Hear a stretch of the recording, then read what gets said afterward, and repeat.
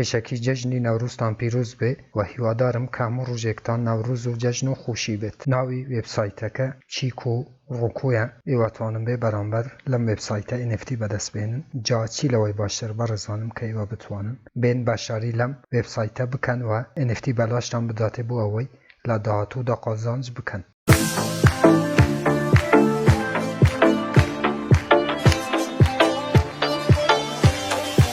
بەناوی خوا سلااو هاوڕان، هیوامدار شوێنێ بن، ساڵ و سەلامەت و تەندروست بن ئینشەڵڵا. بەڕێزان دیسانەوە منی هاتمەوین لە خزمەتە ئێوە بۆ پێشکەشکردنی ڤیدیۆیەکی تر لە زنجیرە ڤیدیۆکانی بەدەستێنانی پارە لە ئینتەرنێت، لە پێیجی فێسبووکی بەدەستێنانی پارە لە ئینتەرنێت، هەروەها لە چەنەلی یوتیوبی بەدەستێنانی پارە لە ئینتەرنێت. بۆ بەڕێزانەکە یەکەم جارە و چەنێلەیە بینن، لێرە چەنەلی بەدەستێنانی پارە لە ئینتەرنێتە کە من هاتمەوین 74 ڤیدیۆ لە ڕێی ئەو چەنێلەوە بڵاوەکەمەوە کە ئێوە بێ بەرامبەر دەتوانن دراوە ئەلکترۆنیەکان و هەروەها دۆلاری ئەمریکی بەدەست بێنن بۆ ئەوەی ئێوە هیچێک لە ڤیدیۆکانی داهاتوو لە دەست نەدەن کە من بڵاویانەکەمەوە. چەنێلەکە سابسکرایب بکەن، زەنگولەی تەنشێش چالاک بکەن بۆ ئەوەی هەر کاتێکەمە ڤیدیۆیەک ئاپلۆدەکەم یاخود بڵاوەکەمەوە یوتیوب لە ڕێی نۆتیفیکیشنەوە ئێوەی ئاگادار بکاتەوە و یەکەم کەس بن کە بێن ڤیدیۆکان ببینن. بەڕێزانم پێشەوەی بچینە سەر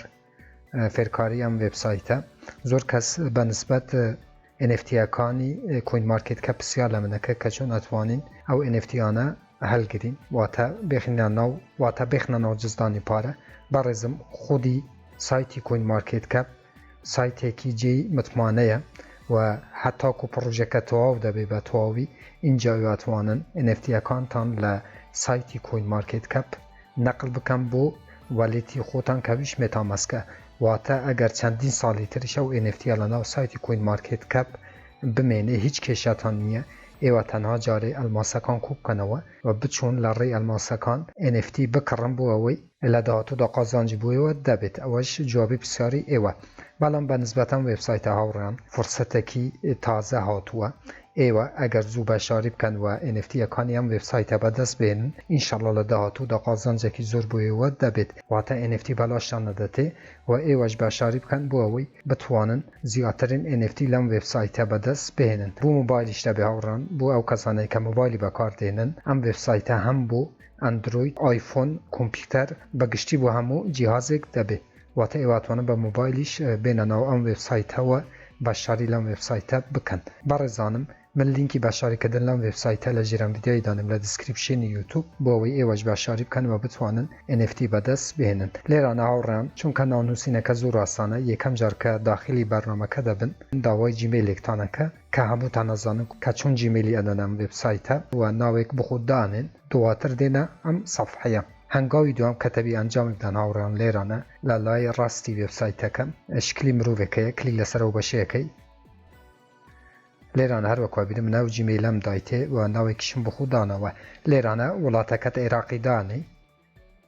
و دواتر لێرە داوای ئەدرسی ئێتریومت لێکە ئێتریوم والێت مێتاماسک. هاوڕێیان ئێوە دەبی مێتاماسکتان هەبێ کە من ڤیدیۆکیشم دروست کردە چۆنیەتی بەشاریکردن لە جزدانی پارەی مێتاماسک کە لینکی ڤیدیۆکەش لە ژێرم ڤیدیۆی دانم لە دیسکریپشنی یوتیوب بۆ ئەو کەسانەی کە مێتاماسکیان نییە بچن بەشاری لە جزدانی پارەی مێتاماسک بکەن بۆ ئەوەی بە ئاسانی بتوانن لەم وێبسایتە NFT بەلاش بەدەست بێنن. لێرانە لەسەرەوە مێتاماسکت ئەەکەیتە ئێتریوم، کاتێک کە نێتۆرکەکەت گۆڕی بۆ ئێتریوم لێرانە ئەدرسێکەی ئەوەی کوپیەکەی و لەو بەشەی دانێ.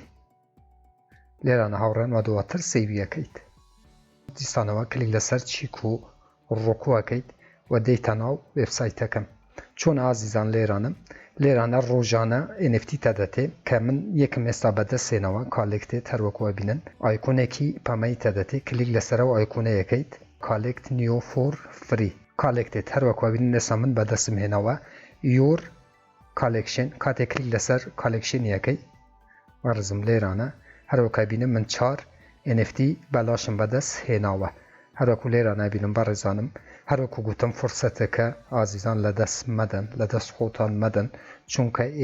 چونکە لەوانەیە ئەو NFTیانەکە ئێستا بەلاشان نەدەتێ لە چەند ساڵی داهاتوودا یاخود چەند مانگی داهاتوودا بە چەندین هەزار دلار بفرۆشرێ. بەلێ هاوڕان هەروەکو گوتم کاتێک کەیوە کلیک لەسەر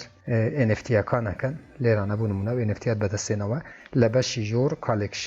کالێکشنەکەت پێشانەدە کە تاکو ئێستا چەند NFTیت بەدەستێنەوە کارەوەکو گوتم من 4 NFTیم بەدەست هێناوە. ولا سر و عزیزان گلد تدته 14 گلد اسم بدسم هنا و پیشکی که بشاری که 10 گلد تدته و بو هر انفتیش که کالکتیه که یک گلد تدته او گلدانه بو چین عزیزان او گلدانه بو اون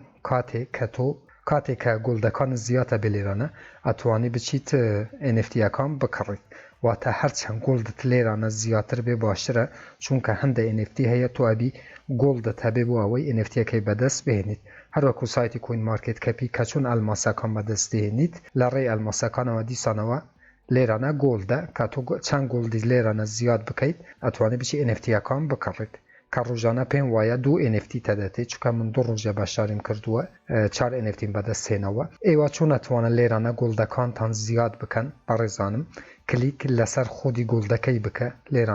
لیرانه کودک تدته که کودی رفراله تو او کدای کاتی که کوپی اکید لیرانه کلیک لسر یکید و ادید به دوست و آشنا و هوران لیرانه گلد تدته و تبو هر رفرالک پیم وایه اگر به حل نچم 5 گلد تدته منش لینکی خوم لجیرم ویدیوی دانم لدسکریپشن یوتیوب بو اوی ایوج باشاری بکن لری لینکه که باشاری بکن برزانم بو اوی 10 گلد تام بداته و بتوانن باشاری لNFT اکان بکن NFT اکان را بگره حتی کو پروژه که تو او دبی هر وکو چومن ویب سایت که عزیزان لوانه بسیار زور کسی ایوه بید که آیا اما استاتوانی نم NFT آنه بفروشین یا خود بخینن او متامسکی نخیر برزانم هر وکو آماجان پی کردوه حتی کو پروژه که تو او دبی که 2 مانگا 3 مانگا یا خود چند مانگی ترکم پروژه تو او بو او سایواتوانن NFT اکانتان نقلی متامسکی خودتان بکن و با آسانی بتوانه لناو پلتفرمکانی اوپن سی راریبل و زور او پلتفرمانی که کاری NFT اکن و مارکتی NFT بتوانن NFT اکانتان بفروشن و تا استای و تنها ورن باشاری بکن و رفرال کوب کن و بو اوی هر وکو بتم لو بشه کاتی کلیک لسر گولدی اکید و او لینکی خود بدهید به کسانک بو اوی بین باشاری بکن و زیادترین NFT بدست بهنی و هر کاتی که پروژه که کوتایی پیهات اینجا تو اتوانی NFT اکانتان نقلی متامسک خود بکی و لناو بازاری مارکتکانی NFT که اوپن سی گورترین بازاری NFT به نسبت NFT اکان بتوانی NFT اکانتان بفروشن زور به پیوستم زانه هاوران ام وب سایت با بناسین چون که براستی شتکه بلاش تا نداته و NFT اکان اتوانن زیادترین NFT کوب کنه و بو اوی لدهاتو دا لچند مانگی دهاتو یا خود چند سالی دهاتو دا زیادترین پاره قازانج بکن لرای NFT اکانوا بله عزیزان ناموی ویدیو که زود ریش بکنینا حتما کوتای ام ویدیویش سپاسی و کم کتاکو حسابی نری ام ویدیوی بون هر رخنا کامن بسیاری کبول جر ویدیویا لچنل یوتیوب بون بنوسن من بچه‌وان جواب تندمو تا ویدیوی کیتر وب سایت کیتر اپ کیتر و برنامه کیتر همو تام بخوی گورس فرم خوایار و پنای ای و بیت خواتان لگل